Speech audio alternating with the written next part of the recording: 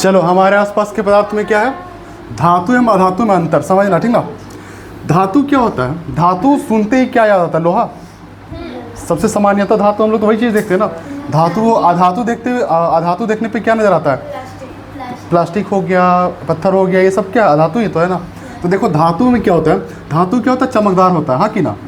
सोना देखो चमकता है, लोहा भी चमकता है, जब अपना खुद का स्वरूप में रखता है ना, जब उसमें संचारित मतलब चीटी नहीं लगा रहता है ना, उस समय वो भी चमकता है, लोहा भी, ठीक ना। तो धातु चमकदार होती है, लेकिन अधातु सामान्यतः चमकदार नहीं होता है। बस एक ऐसा अधातु है जो चमकता है, वो कौन है, आयोडीन। समझ रहा ना। आयोडीन देखिए, नमक देखिए हो, नमक में आयोडीन पाया जाता है। तो वो सर चीज़ क्या होता है, चमकने वाला चीज़ है, ठीक ना। एग्जाम में पूछेगा कि कौन सा अधातु है जो चमकता है, तो आयोडीन हो जाएगा, ठीक है। उसके बाद देखो धातु में आघातवर्ध्य तथा तन्य होती है। अब ये दोनों चीज़ समझना है, क्या होता है आघातवर्ध्य क्या होता है और तन्य क्या होता है। तो आघातवर्ध्य वो चीज़ होता है ना, आघात मतलब होता है मारना, क्या होता है, वर्ध मतलब क्या होता है, फैल जाना, ठीक ना। अगर किसी चीज़ को हम मार रहे हैं ना, तो क्या हो जाएगा, फैल जाएगा, पसर जाएगा, ठीक ना। जैसे मान लो अगर लोहा है, ठीक है, लोहा का एक टुकड़ा है, उसको अगर पीटेंगे तो क्या हो जाएगा, फैलेगा ना, कि एकदम चूर चूर हो जाएगा, फैलेगा। क्यों, क्योंकि वो धातु का गुण है। धातु का गुण क्या होता है, आघातवर्धी होना, यानी अगर पीटोगे तो क्या हो जाएगा, वो फैल जाएगा, चादर के रूप में क्या हो जाएगा, फैल जाएगा, वही क्या कहलाएगा, आघातवर्ध। तो धातु में आघातवर्धी होती है, ठीक है। उसके बाद देखो तथा तन्य होती है। तन्य क्या होता है पता है, सुनो, हाँ, तन्य वह क्वालिटी है ना जिसके साथ क्या हम लोग कर सकते हैं, धातु को तार की से लंबा खींच सकते हैं, ठीक ना। अगर एक सोना लेना, सोना गोल्ड अगर हम लोग 1 ग्राम लेंगे ना, 1 ग्राम, तो इसको ना 2 किलोमीटर तक खींच सकते हैं। 1 ग्राम बहुत छोटा सा सोना को ना यहाँ से हम लोग दामोदर नदी तक खींच सकते हैं, बस हमारा, हाँ, इतना है उसका क्वालिटी, इतना तन्य होता है वो, कौन, गोल्ड, बाकी धातु नहीं, सिर्फ गोल्ड का बात कर रहे हैं, समझ रहे ना। वो इतना तन्य होता है कि 1 ग्राम हम लोग कितना 2 किलोमीटर तक खींच सकते हैं, ठीक ना। चांदी नहीं, चांदी का थोड़ा कम होगा, बहुत कम होगा, सोना ही उतना खिंचा सकता है, बाकी कुछ नहीं। सोना कितना कैरेट का होता है पता है, 24 कैरेट का शुद्ध सोना होता है। अगर उससे कम है तो क्या है, वो शुद्ध नहीं है, बस हमारा। आगे देखो, तो धातु में आघातवर्ध तथा क्या होता है, तन्य होती है। अब इधर देखो, ये भंगूर होते हैं, भंगूर मतलब सोना होता है ना, भंगूर मतलब होता है जो चूर चूर हो जाने वाला, है ना। जैसे ईंट हो गया, पत्थर हो गया, ये सबको अगर पीट दिए, ठीक ना, क्या हो जाएगा, ये है ना, भंगूर हो जाएगा, चूर चूर हो जाएगा। आगे फिर बोला है ऊष्मा एवं विद्युत के ये क्या होते हैं, सुचालक होते हैं। जितना भी लोहा है, सोना है, चांदी, ये सब क्या है, विद्युत का सुचालक है। विद्युत का तो सुचालक है ही, प्लस क्या है, ऊष्मा का भी सुचालक है। ऊष्मा मतलब समझते हो क्या होता है ना, गर्मी हीट का क्या करेगा, ट्रांसफर करेगा, बस हमारा ना। जैसे मान लो ये क्या है तुम्हारा, ये करछुल है, क्या है, हाँ, करछुल समझते हो, चलो छिलनी बोलते हैं इसको, किचन में क्या बोलते हैं, छिलनी बोलते हैं, ठीक ना। अब ये क्या है, मान लो कढ़ाई है, ठीक है, इसमें क्या है, आलू का भुंजिया भूंज रही है, समझ रहा ना। अब क्या करेंगे, अगर हम इससे इसमें चलाएंगे वो आलू की सब्जी को, ठीक ना, तो क्या होगा, ये यहाँ पे गर्म हो जाएगा, और यहाँ पे गर्म होते होते गर्म कहाँ तक पहुँच जाएगा, लास्ट तक पहुँचेगा। क्यों, क्योंकि ऊष्मा का क्या होता है, सुचालक होता है। ये क्या है, धातु है ना, मान लो ये स्टील का होगा तो यहाँ तक पहुँच जाएगा। अगर मान लो हम लोग क्या लकड़ी वाला चला रहे हैं, ठीक ना, यहाँ से यहाँ क्या है, लकड़ी है, और इधर क्या है, धातु है, ठीक ना, तो ये हीट कहाँ तक हो पाएगा, यहीं तक होगा, इधर होगा, मतलब जो तुम्हारा अधातु है ना, वो ऊष्मा का सुचालक नहीं होता है, बस समझ रहा ना। तो इस तरह से होता है। ऊष्मा एवं विद्युत के क्या होते हैं, ये सुचालक होते हैं, ठीक ना। लोहा में करंट दौड़ सकता है, हाँ कि ना।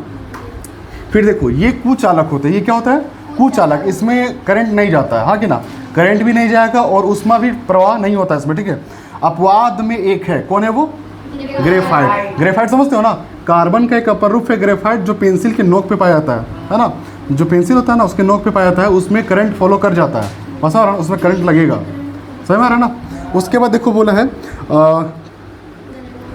हाँ, गलनांक एवं क्वथनांक उच्च होता है, बस समझ रहा है ना। गलनांक मतलब क्या होता है, एक ऐसा टेम्परेचर जो उसको क्या कर दे, पिघाल दे, है ना। तो ठोस क्या रहेगा, मान लो अगर लोहा है, क्या है, लोहा है, तो बताओ उसको क्या टेम्परेचर चाहिए कि नहीं पिघालने के लिए, बहुत ज़्यादा, एकदम बहुत ज़्यादा ताप चाहिए, बहुत ज़्यादा ताप। लेकिन बताओ अधातु को ज़्यादा ताप चाहिए। एक प्लास्टिक है, मान लो क्या है, प्लास्टिक है, तो प्लास्टिक को कितना ताप चाहिए, लोहा कितना चाहिए, इसको ज़्यादा चाहिए, फिर इसको ज़्यादा चाहिए, लोहा को ज़्यादा मतलब ताप चाहिए तब ये पिघलेगा।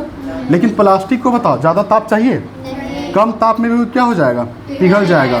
जितना ताप में प्लास्टिक पिघलेगा, क्या उतना ताप में भी लोहा पिघलेगा, नहीं, उस पिघल जाएगा। प्लास्टिक जितना ताप में पिघलेगा, बस समझ रहा ना, उतना ताप में क्या लोहा पिघल जाएगा? लोहा गर्म तक नहीं होगा उतना ताप में, हाँ कि ना। गलनांक इसका क्या होता है? एवं क्वथनांक निम्न होता है। इसको थोड़ा सा ताप दो, ये क्या हो जाएगा? पूरा पिघल जाएगा, हाँ कि ना। प्लास्टिक जला दो, लकड़ी जला दो, ठीक ना, ये सब क्या हो जाएगा? तुरंत एकदम लकड़ी, ये सब क्या हो जाएगा? थोड़ा सा ताप में क्या हो जाएगा? पूरा पिघल जाएगा, जल जाएगा, ठीक ना, खत्म हो जाएगा, भस्म हो जाएगा। लेकिन ये लोहा क्या होगा? नहीं होगा। लोहा को क्या चाहिए? बहुत ज़्यादा टेम्परेचर चाहिए। लोहा का सिर्फ बात नहीं कर रहे हैं, बहुत ज़्यादा धातु, कोई भी धातु हो, ठीक ना, उसको क्या चाहिए? प्लास्टिक हो, लकड़ी हो, अधातु से तो ज़्यादा ही इसको टेम्परेचर चाहिए, बस है ना, तभी पिघले। क्या क्या है देखो, भौतिक और रासायनिक परिवर्तन किस तरह से समझो। भौतिक परिवर्तन में क्या होता है? इसमें कोई नया पदार्थ नहीं बनता, हाँ कि ना। इसमें कोई नया पदार्थ नहीं बनेगा। हम बताए थे कल कि अगर मान लो बैंगन को काट दिए हैं, ठीक ना, 3-4 जगह पे, तो फिर जोड़ सकते हैं, हाँ कि ना, बैंगन फिर बन गया बैंगन। लेकिन इसमें क्या होता है? इसमें नया पदार्थ बनता है, हाँ कि ना। इसमें क्या कर दी? बैंगन को सब्जी बना दी है। अब बताओ, सब्जी जो बन चुका है उसको क्या फिर बैंगन में कन्वर्ट कर सकते हैं? नहीं कर सकते, बस है ना। उसके बाद देखो, यह एक क्या है? ये एक अस्थाई, क्या है ये? अस्थाई मत पढ़ना, क्या है ये? अस्थाई परिवर्तन है, समझ रहे ना। अस्थाई परिवर्तन मतलब ये जब परिवर्तन होता है ना, तो फिर इसको दोहरा सकते हैं, समझ रहे ना। ऐसा नहीं परिवर्तन हो गया तो इसमें और कुछ नहीं कर सकते हैं, परिवर्तन हो गया फिर वापस कर दो, हाँ कि ना, यही चीज़, ठीक ना, बस समझ में आ रहा ना। तो उसी को हम लोग क्या बोलते हैं? अस्थाई परिवर्तन। एकदम पूरा तरह से परिवर्तन नहीं होता है। जैसे लकड़ी को तोड़ दिए फिर जोड़ दो, हाँ कि ना, ये हो गया। ये क्या है? ये एक अस्थाई परिवर्तन है। ये हो गया तो हो गया। जैसे मान लो एक कागज़ को क्या कर दिए? जला दिए, ठीक ना। अब जला दिए तो बता, जलाने के बाद फिर उसको कागज़ बना सकते हैं? नहीं बना सकते हैं। ये एकदम अस्थाई परिवर्तन है। हो गया तो हो गया, ठीक ना। इसमें पदार्थ परिवर्तित नहीं होता है, समझ रहा है। इसमें पदार्थ क्या होता है? परिवर्तित नहीं होता है, बस समझ रहा ना। पदार्थ क्या होगा? परिवर्तित नहीं होगा। जैसे मान लो लकड़ी है, लकड़ी को तोड़ दिए तो परिवर्तित कहाँ हुआ? बस समझ रहा, वही तो गुण है, हाँ कि लकड़ी यही है। लेकिन इसमें क्या होगा? इसमें पदार्थ परिवर्तित हो जाता है। समझो कैसे? लकड़ी को क्या कर दिए? जला दिए, अब क्या बन गया? वो पूरा तरह से राख बन गया। फिर लकड़ी बनेगा?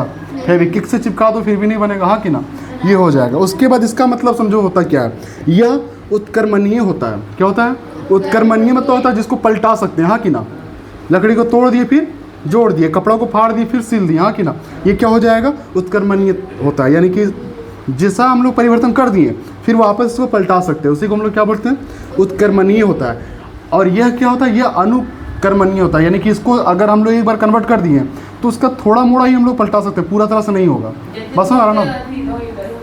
हाँ, जैसे दूध का दही में परिवर्तन हो जाएगा, फिर दूध बनेगा? नहीं बनेगा, ठीक ना। ये क्या कहलाएगा? तुम्हारा रासायनिक परिवर्तन, हाँ कि ना, बस समझ में। हाँ, अच्छा बताओ, पानी का बर्फ बनना कौन सा परिवर्तन है? भौतिक परिवर्तन है। अगर बोलेंगे हाँ चलो, पानी का शरबत बनना रासायनिक परिवर्तन हो जाएगा, हाँ कि ना। और इंसान का मरना बताते थे क्या हो जाएगा? रासायनिक परिवर्तन, ठीक ना। तो बस नॉर्मल समझना है ना कि ऐसा परिवर्तन जिसको वापस हम लोग बुला सकते हैं, यानी वापस ला सकते हैं, उसको हम लोग क्या बोलेंगे? भौतिक परिवर्तन। और एक बार परिवर्तन होने के बाद जो हो गया बस हो गया, वापस नहीं होगा, वो क्या कहलाएगा? रासायनिक परिवर्तन, ठीक ना। चाइना का माल कौन परिवर्तन? रासायनिक परिवर्तन। एक बार खराब हुआ खत्म, समझ ना, फेंक दो। चलो देखो, 1 विलियन के 320 ग्राम क्या है? 320 ग्राम विलायक है, ठीक ना। विलायक क्या है? जल है उसमें, ठीक ना, जल है। में कितना ग्राम साधारण नमक है? 40 ग्राम।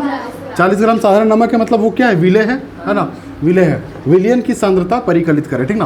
अब हम लोग देखते हैं विलय कितना है। विलय क्या है? NaCl है, यानी कि नमक है, साधारण नमक। कितना ग्राम है ये? 40 ग्राम, ठीक ना। और विलायक क्या है? इसमें H2O है, यानी पानी है। पानी का सूत्र ये होता है ना, कितना ग्राम है? 320 ग्राम, ठीक ना। अब विलियन का क्या हो जाएगा? विलियन का द्रव्यमान कितना होगा? हाँ देखो, ये 40 ग्राम प्लस 320 ग्राम दोनों मिल के ना विलियन बना है, तो ये कितना हो जाएगा? 360 ग्राम हो जाएगा, ठीक ना। अब हम लोग क्या लिखेंगे? विलियन की, हाँ, विलियन की सांद्रता।